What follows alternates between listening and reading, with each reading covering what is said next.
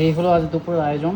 রয়েছে ধোকার ডালনা, তেলাপিয়া মাছের তেল ঝাল নাকি এই দিয়ে খাওয়া জোরে সাদা ভাত দিয়ে। ফার্স্ট আমি একটু ধোকার ডালনাটা খেতে, ধোকার ডালনাটা একটু বেশি গরম, এটা মানে লাস্টে করেছো না রান্না? আলু ফালু দিয়ে অনেক দিন পর কিন্তু ধোকা খাচ্ছি, এতদিন ধোকার ডালনা খাওয়া হয়নি। বেশ গরম আছে, খেলে বোঝা যাবে কেমন কী হয়েছে। যাই হোক, একটু ধোকা দিয়ে খেয়ে দেখি কেমন কী হয়েছে।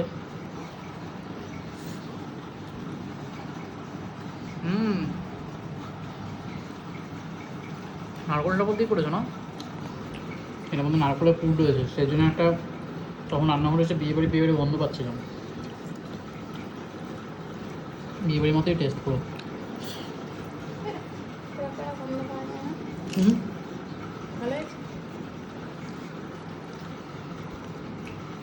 এরকম গোল গোল সাইজে বল দোকান।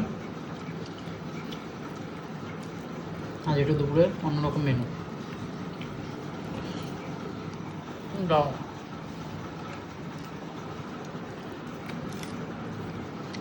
হেভি খাওয়া দাওয়া, কিন্তু এই ছোটো ছোটো বল বেশি ভালো লাগে দেখতে। ভালো ভাজা হচ্ছে আর নারকলের ফ্লেভারটা আসছে। ধোকা দিয়ে খাওয়া হলো। এবার একটু তেলাপিয়া মাছের তেল ঝাল দিয়ে খাবো।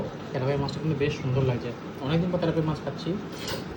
এখন এমনি তেলাপিয়া মাছ বেশি পাওয়াও যায় না, এখন সব বাজারে লাইলন টিকা পাওয়া যায়, যেগুলো একটু ছাই ছাই কালারের হয়, পুরো ব্ল্যাক হয় না। তেলাপিয়া মাছটা পুরো ব্ল্যাক হয়, পুরো কালো হয়। এরকম একটু মাছের আলু, একটু মাছ দিয়ে খেয়ে দেখি।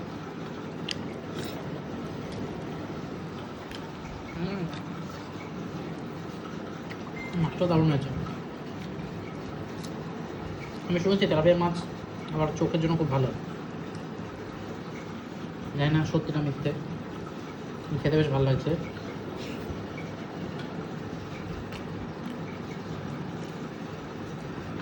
কিন্তু কালো জিরাটা মনে হয় একটু বেশি দিয়েছো, সেখানে একটু তিতো তিতো লাগছে মাঝে মাঝে, মুখে বেশি পড়ে গেলো তখন লাগছে।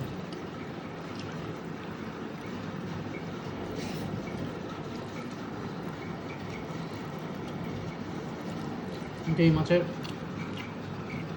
স্বাদ কিন্তু অসাধারণ। মাছে অ্যাকচুয়ালি অনেক ফ্লেভার পাওয়া যায়, মাংসে কিন্তু একটাই ফ্লেভার হয়। মাছে ভ্যারাইটি আছে, মাছে বেশি পেঁয়াজ রসুন লাগে না, খালি তেল দিয়ে ভাজতে লাগে, ওতে অনেকটা তেল অ্যাবজর্ব করে। কিন্তু প্রত্যেকটা মাছের না এখন স্বাদ হয়, এর জন্য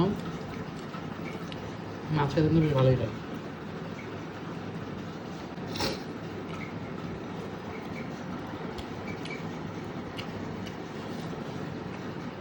যাই হোক, এই ছিল যে খাওয়া দাওয়া, ধোকা ডালনা মাছ দিয়ে। আজকের মতো ভিডিওটি এখানে শেষ করছি। দেখা হবে নতুন একটা ভিডিওর সাথে। Tata, bye bye. কি সুন্দর মাছটা।